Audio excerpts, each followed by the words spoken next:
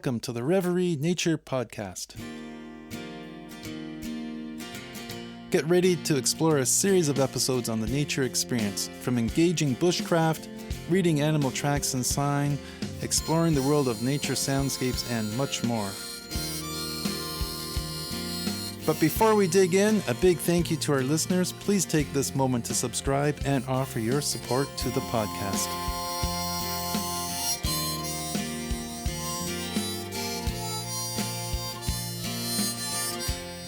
I'm Chad Clifford, your host, and today's episode officially kicks off the launch of the Revery Nature Podcast, and just in time for Earth Day, too. This episode is entitled Echoes of Conservation, John Muir's Presidential Rendezvous. We will listen to a reenactment of John Muir describing his life, and especially focusing at a time when he was at his most influential in terms of the modern conservation movement. This episode is a part of an ongoing series called The Legends of Environmental Stewardship.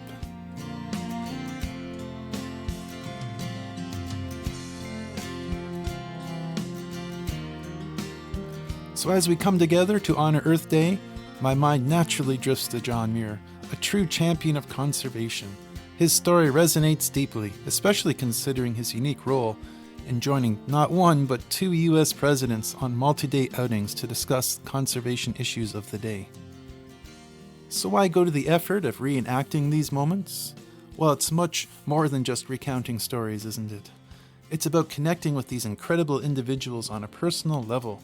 By immersing ourselves in their experiences, we gain a profound understanding of their dedication, their drive, their vision, which in turn inspires us to continue their legacy of stewardship of our planet.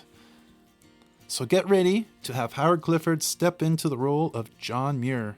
Together, let's celebrate Earth Day and pay tribute to all those who share a deep love and commitment to protecting our precious natural world.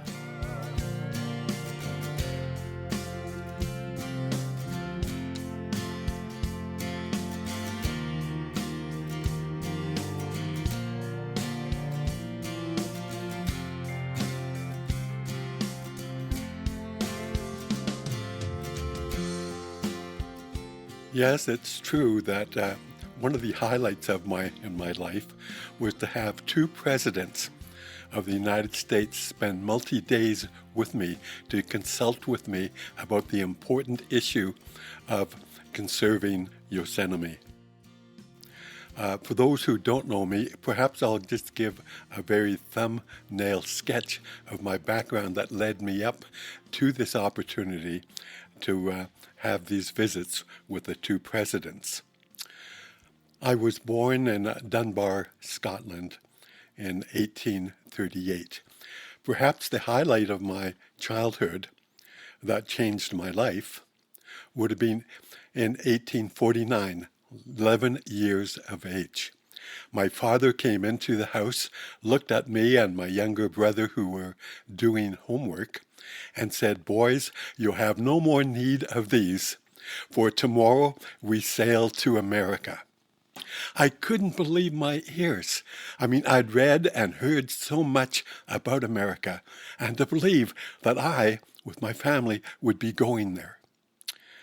We headed off to America, but I must say, my grandfather was supervising our homework, and he was obviously sad because we would be leaving.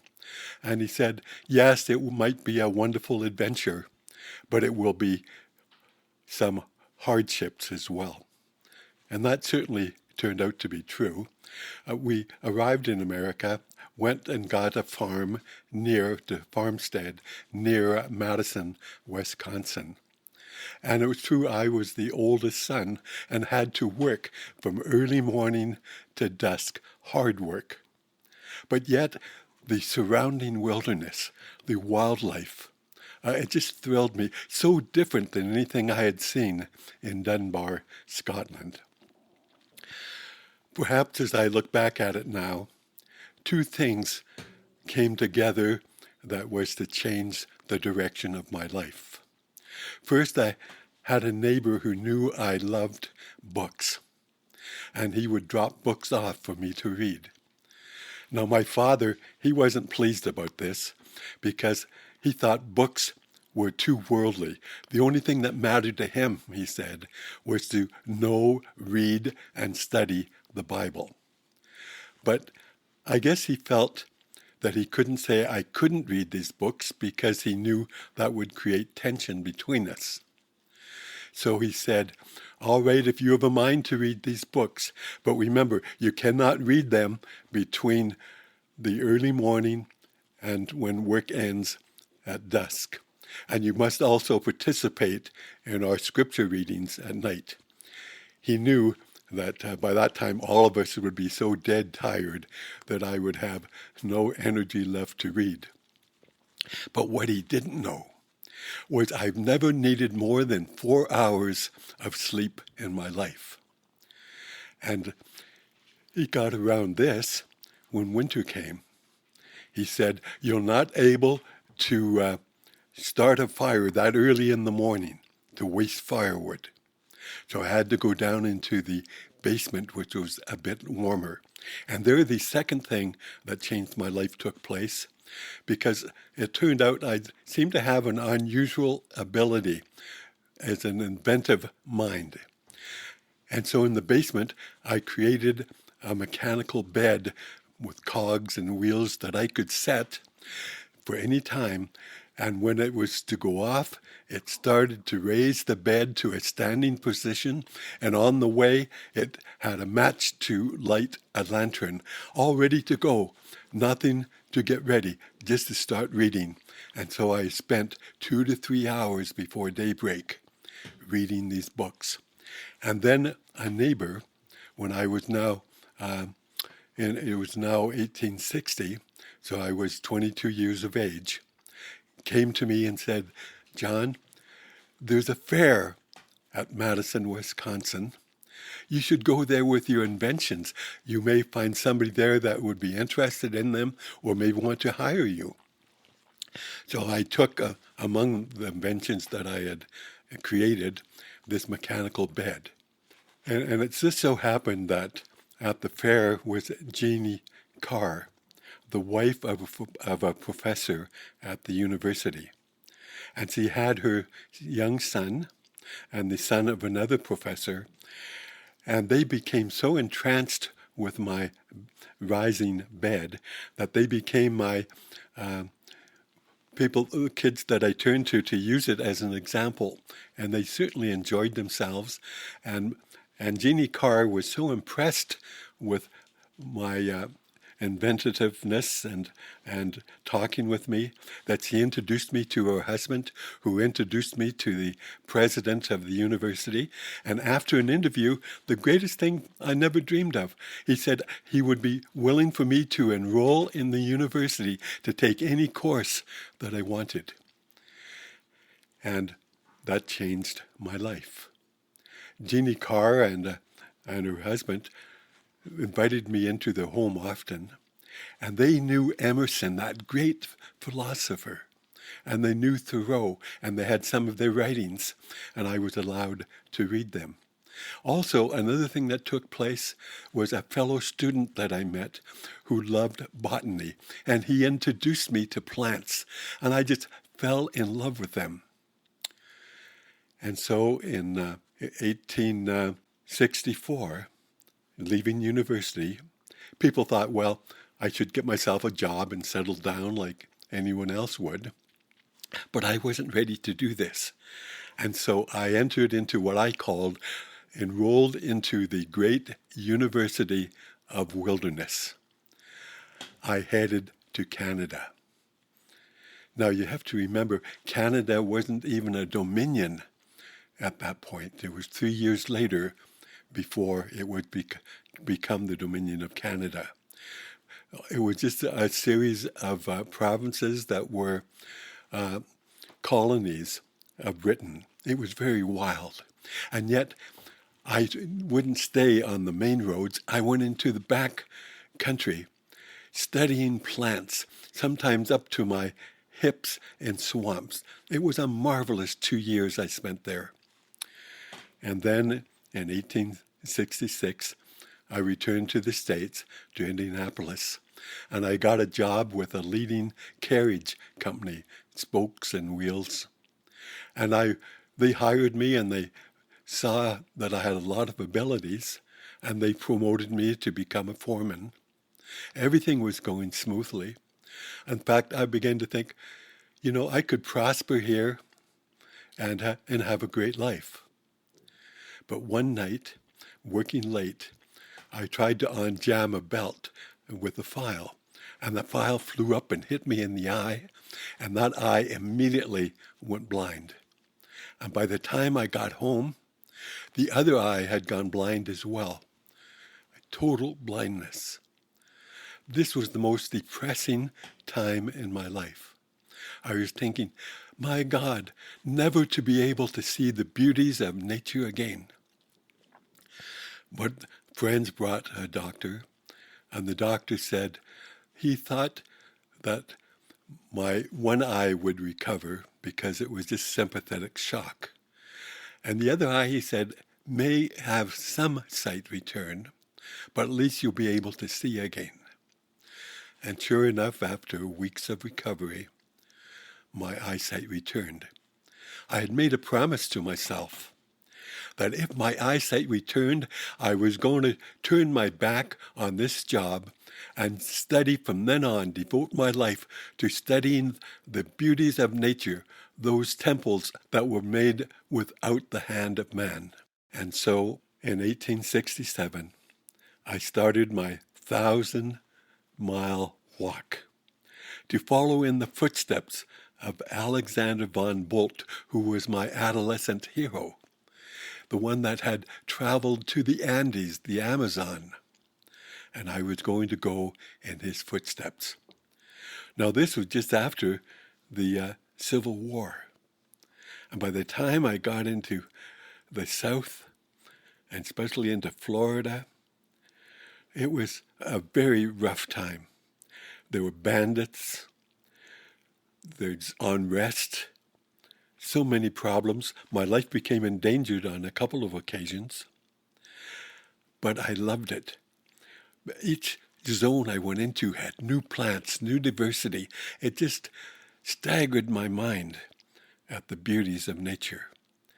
And then I got to Cedar Keys, Florida, and I took a job just to tide me over at a sawmill, waiting for a boat to take me to Cuba and then make my way on to the Andes.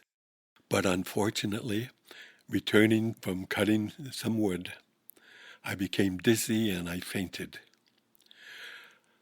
They carried me into a bed. It turned out I had malaria. They actually thought they would lose me. But after a while, I felt I had regained some of my strength, and I embarked on this boat that took me to Cuba. But I found I couldn't even climb the mountains there. I just didn't have the strength. This trip would just have to be canceled. And so I headed back on another boat to New York. But I had made friends with the captain. And by the time I got to New York, I felt my strength had fairly well returned. And he said, would you like to accompany me to San Francisco? Well, I had heard about California and all the tall stories about how beautiful it was. And I thought, well, next to the Andes, this would be my second best choice. And so I went with him and arrived in 1868 to San Francisco. And I asked one of the first people that I thought knew the area, where should I go to get out of town? And the person said, well, where do you want to go? And I said, to the wildest, most leafiest place that you have to offer. And he pointed me to the high Sierras towards Yosemite. Oh, I wish you could have seen California then. I came to a valley about 5 miles across, and all you could see was flowers in bloom. The most beautiful sight, no painter could capture it. But then, when I came to Yosemite, it took my breath away. I couldn't think of anything that I could add or subtract to make it more perfect. Can you imagine waterfalls over 2,000 feet high tumbling over steep cliffs, granite, into a lush valley, a meandering, beautiful river? I mean, it was just a scene out of my imagination that was surpassing anything that I could imagine. And for some reason, I knew this was to be my home. So I took on odd jobs. Every moment I had, I ventured out, exploring, looking and observing everything I could see. And I'm sure I wouldn't be exaggerating to say that I came to know this area probably better than any other man in history. And during that time, I met so many wonderful people, scientists like Asa Gray, the great botanist. I took him on tours with other botanists. And I even sent him plants that I found that he may be interested in. In fact, he named. And one of the things that I really turned my mind to was how this wonderful valley was formed. I had read that Professor Whitney had said that the bottom had simply fallen out, creating the valley. But I knew from my observations this couldn't be true. It seemed to me, every observation I made, that it was by the action of glaciers. Well, he certainly criticized these views, saying, what does this sheep herder know? Because I had already written that I'd spent a summer looking after somebody's sheep. But I didn't back down because I knew what my eyes saw. And pretty soon, there were a couple of other scientists that began to think there might be something in my view. But probably what brought it to a head was when Professor Louis Agassiz, the most eminent person in the world on glaciation. And though I didn't meet him, he read my writings, and his wife said that he told her that this was the first man who has an adequate understanding of glaciers. And of course, today, most scientists say that my view was most correctly capturing what had taken place. And also, I became friends with some of the industrial tycoons. One invited me, along with John Burroughs and others, on an expedition to Alaska, and part of my duties was to examine the glaciers. These were wonderful trips. And I, during this period, wrote a few articles and became somewhat known, somewhat nationally known.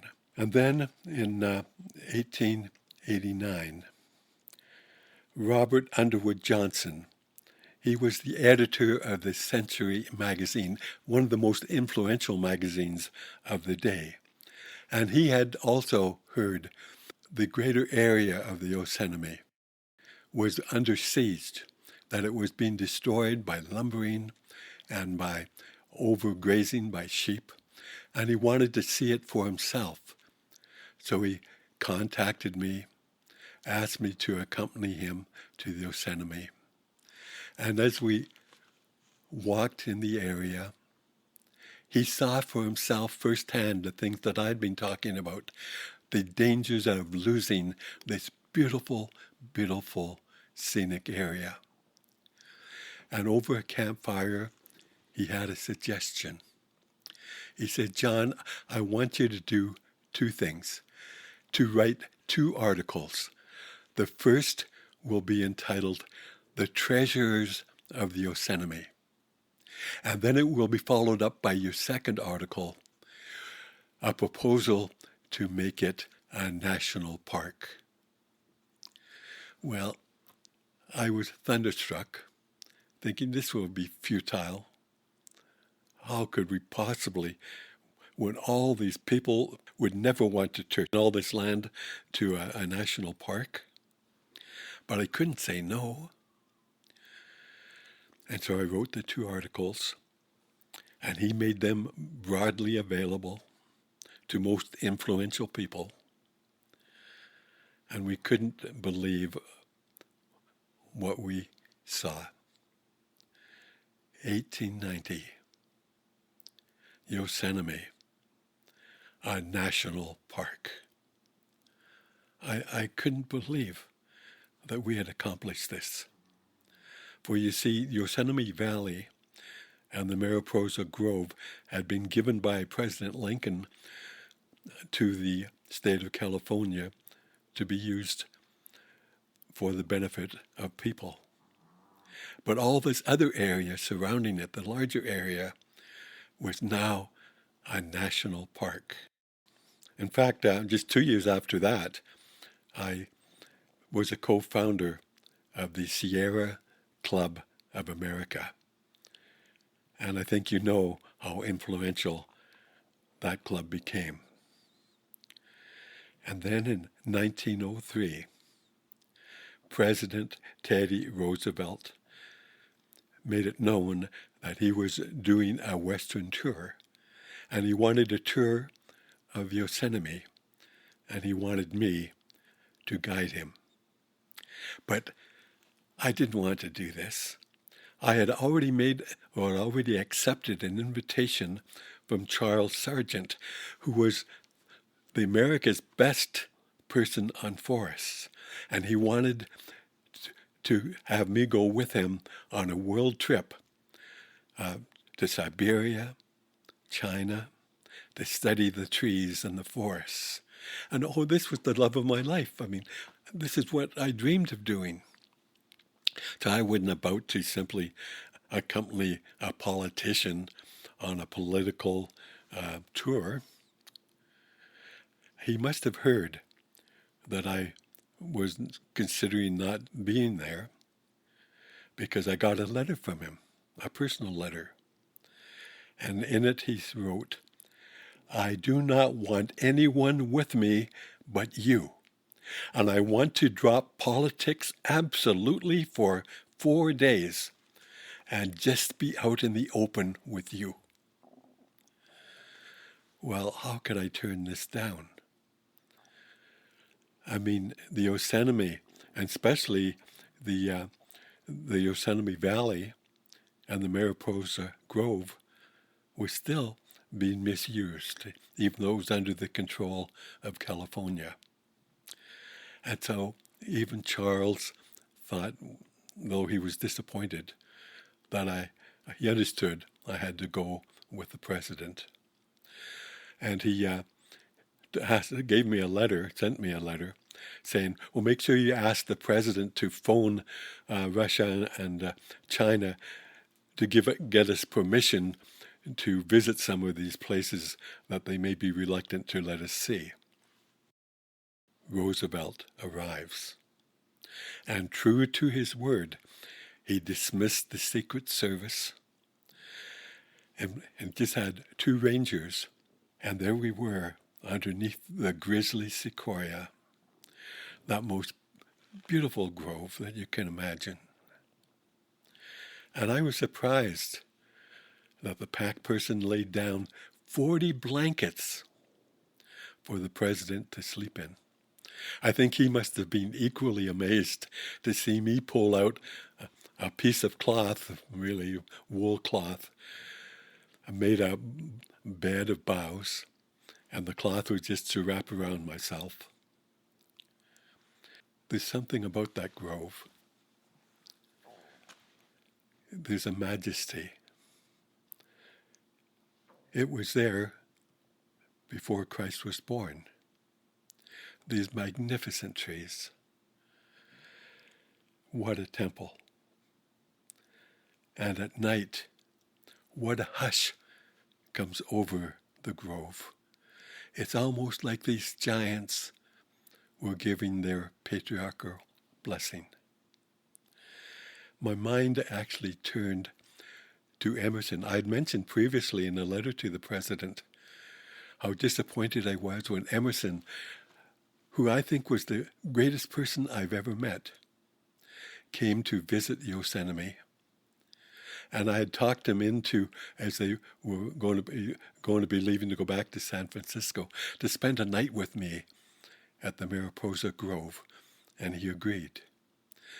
When we arrived there and was having lunch, I noticed no one was putting up a camp. So I said, "Aren't you staying for the night?" And the people around him said, "Oh no, he's too old to camp out there. It's too cold. We can't have him catch a cold. He's got business to do in San Francisco." And Emerson looked at me with sad eyes, shrugged his shoulders, and said, "I'm sorry, John. I won't be able to spend the night." I followed him as he walked among the trees, and he didn't know I was behind him. But I heard him say to himself, quoting scripture, "In those days there were giants upon the land." And when they got on their horses and rode off, he shriveled in his saddle, turned to face me, and waved goodbye. I felt so desolate. I had so much wanted to share this experience with him.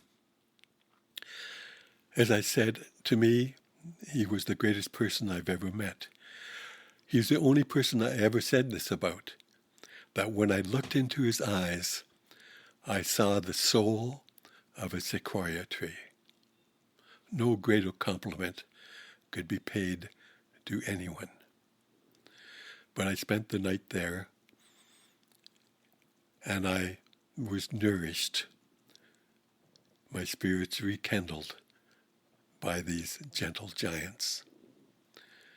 And I knew Teddy Roosevelt was captured by these giants as well. You could tell in the tone of his voice the type of conversation that took place. The next day, we were alone. We went to the Sentinel Dome. What a beautiful lookout. Everything you saw for miles was majestic. I let nature do its thing. Oh, I like to talk a lot, and I did talk a lot. And of course, Teddy Roosevelt is known as a talker. And it amazes me yet that we got along so well. For we not only each talked, but we both listened. We both thought each had something important to say. Oh, I remember one thing I said that I sometimes wonder if I should have said it. He was going on and on about all the hunting trips he'd been on, the trophy antlers. I couldn't help myself. I simply turned to him and said, "Mr. President, when are you going to put these childish things away? You know that these are beautiful animals. Why do you simply want to take the best and take their lives away?" Well, he turned, he looked aghast.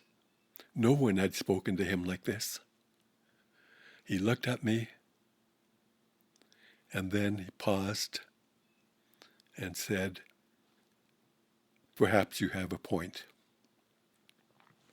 I remember my friends later when I related this story saying, "How could you have done that? I mean, you had the president there, and to offend him when you were wanting him to save this place, how could you have done it?" But the president later relating this experience was to say, John was a man who never wanted to give offense and never felt anyone should take offense by what he was saying. He was a person without guile. Well, the next morning, I thought maybe everything had been lost. I woke up, and there I saw the president lying under 5 inches of snow.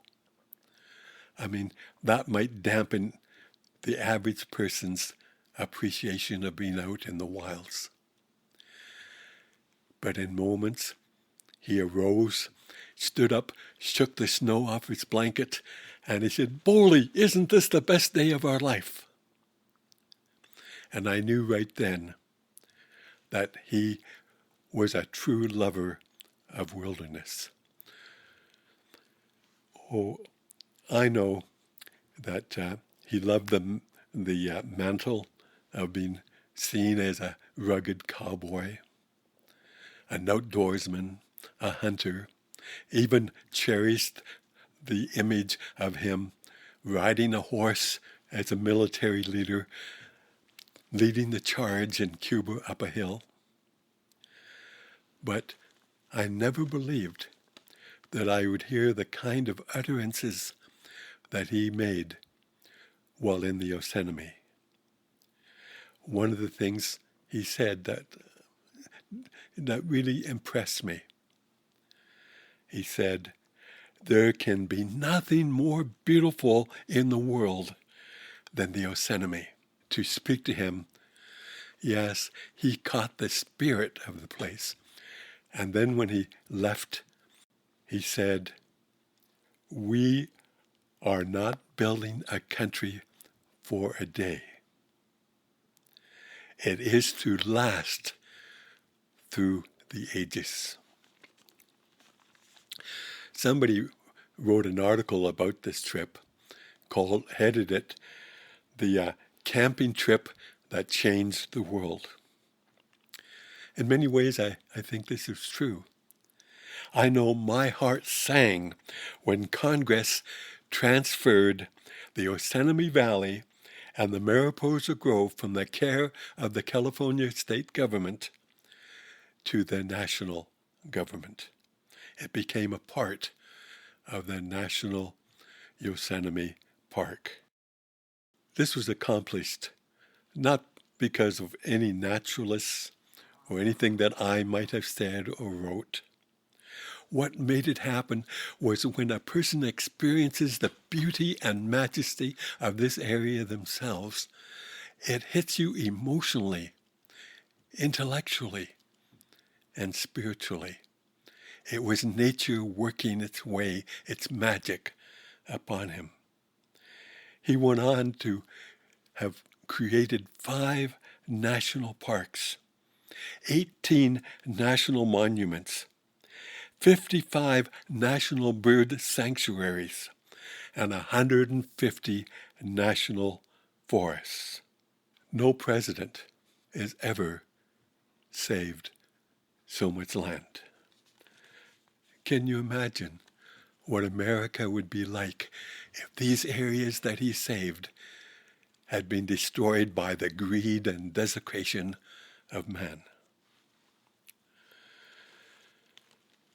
Well, in 1909,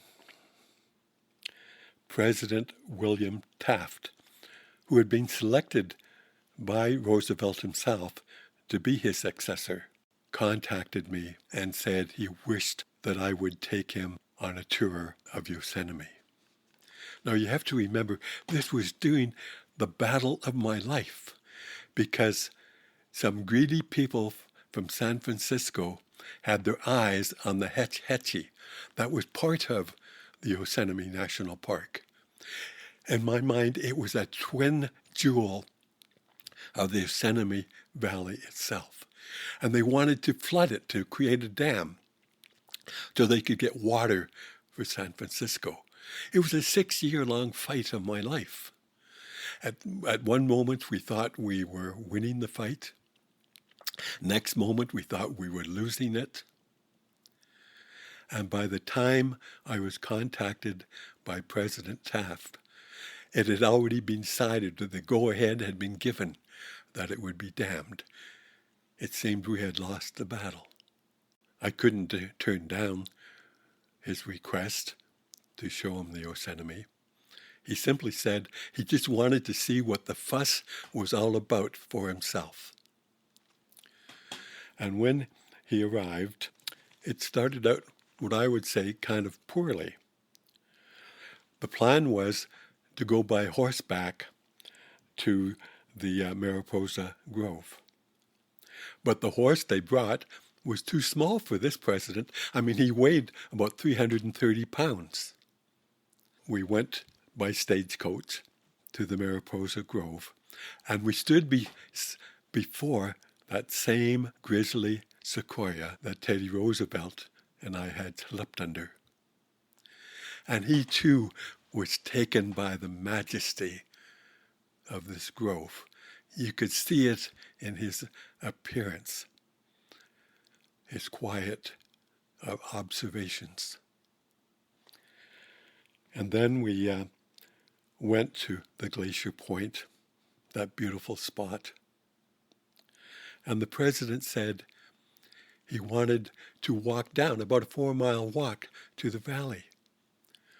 I wondered about the wisdom of this. I mean, here he was, over 300 pounds. It wasn't the easiest trail down. It turned out he was the merriest man I had ever met. He never complained at all about the walk down. He took in everything. He certainly had a sense of humor. At one point, we came to this beautiful part in the river, and he said, "John, wouldn't this be a wonderful place to make a dam?" He knew exactly the reaction I would give. I said, "Yes, Mr. President, but anyone who damned this would be damning themselves." And he burst out in laughter. When we got down to the valley, he said, "While I am tired from the open-air exercise, I feel generally better for it."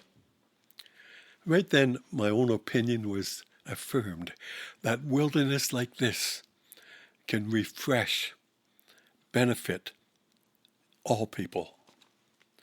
In fact, I was 71 years of age myself during this time, but I was in extremely good shape. He asked me if then I would take his Secretary of the Interior, Richard Ballinger, take him to see the Hetch Hetchy himself, because it was too far a distance for the president to make. I agreed. And it turned out that Ballinger wasn't going to see it just because the boss had asked him to. He had a genuine interest, and he too was captured by the power and beauty of this place. I couldn't believe it when the next thing that happened was that he ordered San Francisco to show cause why the Hetch Hetchy shouldn't be deleted from the plan. It meant we had won. Everybody thought now our fortunes had been reversed. We had won. Hetch Hetchy would be saved. In 1911, I knew my health was failing. I had actually said to my daughter, "This Hetch Valley fight has to end. It's draining my life forces from me. I can't continue much longer." And so in 1911, I had the last opportunity, I had to take it, to go to the Andes. I was 73 years of age. And I fulfilled this lifelong dream. It was wonderful. Then, when I got back, something tragic had taken place. Secretary Ballinger and Pinchot had got into a conflict. Pinchot had already, even though we had been great friends, I couldn't believe he had turned his opinion on behalf of building the dam. I don't know the details of the conflict, but it resulted in Teddy Roosevelt feeling that Taft was betraying the reform aspects that he had promised to keep. Though Taft himself, and I believe him, said no, he had every intention of continuing the reforms that Roosevelt had started. But Roosevelt, he couldn't run for president of the Republicans because that nomination had already taken place. So he started a third party. And between Taft and Roosevelt, they split the vote. And President Wilson, with only 42% of the vote, won. And very soon after, he appointed to be his Secretary of the State, Franklin Lane, who had been a promoter of the dam. And in December 1913, Congress passed the bill allowing Hetch Hetchy to be flooded. I was devastated, of course. I had never spoke publicly, that I recall, about the Ballinger and Pinchot debate or conflict. I knew it had something to do with Ballinger giving some public land to a person in Alaska for the development of coal. And it's quite likely I might have been on the side of Pinchot on that one. But that decision that he made pales so much into insignificance compared to what Pinchot allowing the dam to be built. I mean, this was more than just a decision about a dam. This was an existential problem. I mean, I had once said that these forests, these groves, been here before Christ was born. That God had protected them from floods, from storms, from droughts. But he could not protect them from fools who would cut them down. That only Uncle Sam could do that. And when the Yosemite was made a national park under the protection of the power of the national government of the United States, if that could be undermined, then what hope do we have that anything could be forever protected? Pinchot, he had a very catchy saying. He said, when decisions like this come to be, you don't look at the scenery, you don't look at the wildlife, you look for the greatest good for the greatest number. Now that seems very democratic on its surface, but it's so shallow. I remember doing my position is clear, even though I didn't speak to him about this. In my 1,000-mile walk, when I saw the variety of species that I hadn't seen before, plant species, wildlife, I wrote, you know, it has never occurred to many of the leading minds that all of this creation may have been created for the happiness of each and every one of these species. Many of these species here eons of time before man arrived on the scene. Why would anyone suppose that all of this creation was made for the happiness of one species, Lord Man? It makes no utter sense. When he speaks about the greatest good of all, who is he talking about? Was he talking about the pockets that were lined with silver in San Francisco because they could take this treasure out of this national park?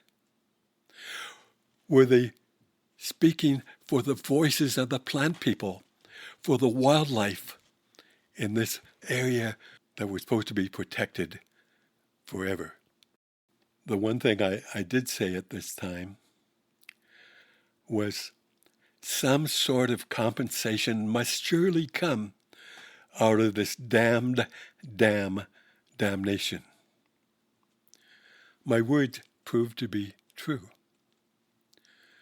For just 3 years later, 2 years after my death, the Congress of the United States created the National Park Service Mission. This was directly a result of all the people who rebelled, who were so upset with the decision that the government had taken to create this dam. And in the mission of this act, it said to conserve the scenery and the historic objects and the wildlife therein, and to provide for the enjoyment of the same in such means as will leave them unimpaired for the enjoyment of future generations.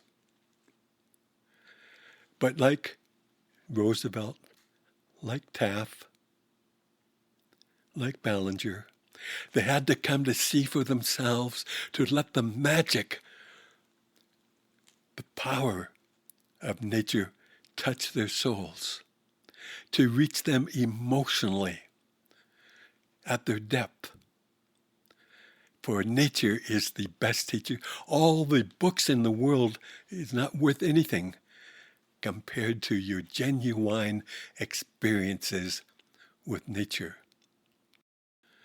I have done the best I could to show forth the beauty, grandeur, and all-embracing usefulness of our wild mountain forest reservations and parks, with a view to inciting the people to come and enjoy them, get them into their hearts, that so at length their preservation and right use might be made sure. I say to future generations, I know the fight will continue. I mean, we won the creation of Yosemite. We won the battle to have California turn the Yosemite Valley over to the park. We won many battles. But the fight always continued. There was always this sense of greed that no matter the beauty, no matter the importance, if there was a buck to be made, there will be people of power, of vested interest, who will strive to undo all the good works that we've done. And so I invite you to join the people who know in their hearts that we're part of nature, that we need nature, and that Lord, man cannot prevail. It's not the only voice of creation. It's sure that if man disappeared, nature would lose. But just as true, any other species that disappear, nature will lose. Yes, we need nature and the things that nature can produce. But we also need these sacred places that speak to our souls. Beauty. I mean, without this, what will we have? So support conservation groups, land trusts, have your children visit, get it into their souls so they'll know what they're fighting for, and not simply have amnesia because they never knew what you and I have seen.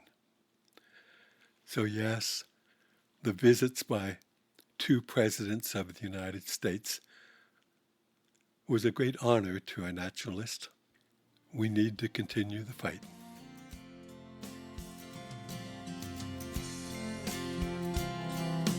Thank you for joining us on the Revery Nature Podcast. Remember to subscribe for more captivating episodes exploring the wonders of the natural world. Until next time, may you saunter forth embracing nature's song, and may the whispers of the wilderness linger in your heart. And floating above the forest where a canopy has turned upside